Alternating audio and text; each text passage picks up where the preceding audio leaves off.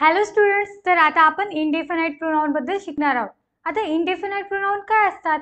तर जेव्हाही आपल्याला एखाद्या व्यक्तीला किंवा वस्तूला किंवा जागेला एकदम इंडिकेट करून बोलायचं नसते, तेव्हा आपण तिथे इंडेफिनाइट प्रोनाउनचा यूज करत असतो। म्हणजेच when we do not want to indicate any exact person or place, we can use their indefinite pronoun. तर स्टुडंट, आता इंडेफिनाइट प्रोनाउन कोणकोणते असतात?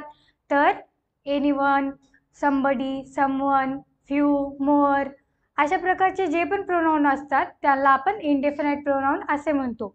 आता आपण त्याचे काही सेंटेन्सेसमध्ये एक्झाम्पल बघूया, जसे की somebody steal my pen। आता या सेंटेन्सचा अर्थ काय होतो की कोणीतरी माझा पेन चोरला। कोणाला तरी आपण उद्देशून बोललो का?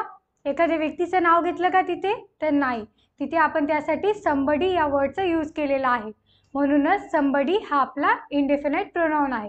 तसेच आता सेकंड सेंटेन्स आहे प्लीज समवन हेल्प मी। आता इथेही समवन या वर्डचा यूज केला आहे, तिथेही आपण एखाद्या पर्टिक्युलर व्यक्तीचं नाव घेतलेलं नाही। म्हणजेच अशा प्रकारे जेव्हा आपल्याला एखाद्या पर्टिक्युलर पर्सनचं किंवा प्लेसचं, थिंगचं नाव घ्यायचं नसते, तेव्हा आपण तिथे इंडेफिनाइट प्रोनाउनचा यूज करत असतो। म्हणूनच या सेंटेन्समध्ये आपलं इंडेफिनाइट प्रोनाउन आहे समवन। तसेच आता थर्ड सेंटेन्स आहे इज एनीवन हिअर। तर या सेंटेन्समध्ये एनीवन हे आपलं इंडेफिनाइट प्रोनाउन आहे। तसेच फोर्थ आहे I look everywhere for my dog. इथेही एव्हरीवेअर या वर्डचा यूज केला आहे की मी माझ्या डॉग्सला सगळीकडे बघितलं। तिथेही आपण प्लेसचं नाव घेतलेलं नाही, म्हणजेच एव्हरीवेअर हा आपला इंडेफिनाइट प्रोनाउन आहे। तसेच आता फिफ्थ नंबरचं सेंटेन्स आहे did you go anywhere last night. म्हणजे तू काल रात्री कुठेतरी गेला होता का? तर इथेही एनीवेअर या वर्डचा यूज केला आहे, म्हणजेच एनीवेअर हा सुद्धा आपला इंडेफिनाइट प्रोनाउन आहे। तर स्टुडंट, अशा प्रकारे जेही वर्ड्स असतात समबडी, समवन, एनीवन, एनीवेअर हे सर्व इंडेफिनाइट प्रोनाउन्स आहेत। तर आता आपण अजून असे काही एक्झाम्पल बघूया आणि त्यामध्ये इंडेफिनाइट प्रोनाउन कोणते आहे ते ओळखूया। जसे की I want tell your secret anyone, की मी तुझं सिक्रेट कोणालाच नाही सांगणार। तर या सेंटेन्समध्ये एनीवन हा आपला इंडेफिनाइट प्रोनाउन आहे, कारण तिथे एखाद्या व्यक्तीला उद्देशून बोललेलं नाही। तसेच आता नेक्स्ट सेंटेन्स आहे he can't find anyone to go with him. तर या सेंटेन्समध्ये एनीवन हा वर्ड आपला इंडेफिनाइट प्रोनाउन आहे। तसेच नेक्स्ट सेंटेन्स आहे they can choose anything from this menu. या सेंटेन्समध्ये एनिथिंग हा आपला इंडेफिनाइट प्रोनाउन आहे। तसेच नेक्स्ट सेंटेन्स आहे you may invite anybody you want to your birthday party. तर या सेंटेन्समध्येही एनीबडी हा वर्ड आपला इंडेफिनाइट प्रोनाउन आहे। तसेच आता लास्ट सेंटेन्स आहे Sheru would follow you anywhere.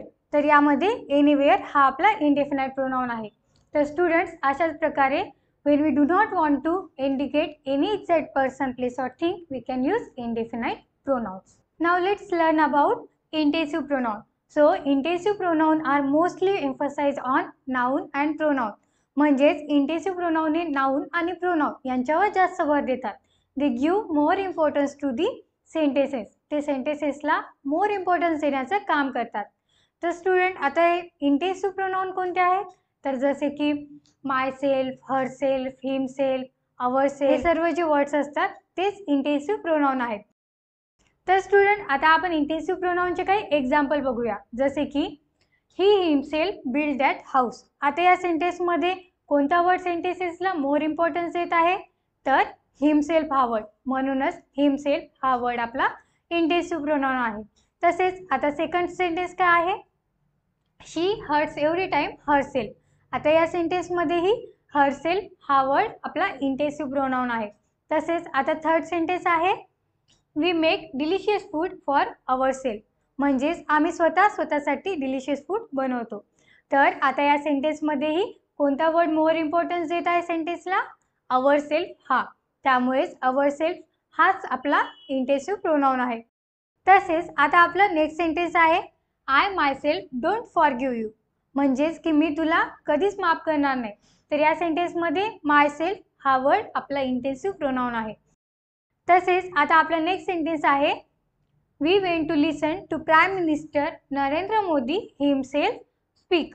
तर आता या सेंटेन्समध्ये हिमसेल्फ हा वर्ड नाउनला म्हणजे सेंटेन्सेसलाही जास्त इम्पॉर्टन्स देण्याचं काम करतोय।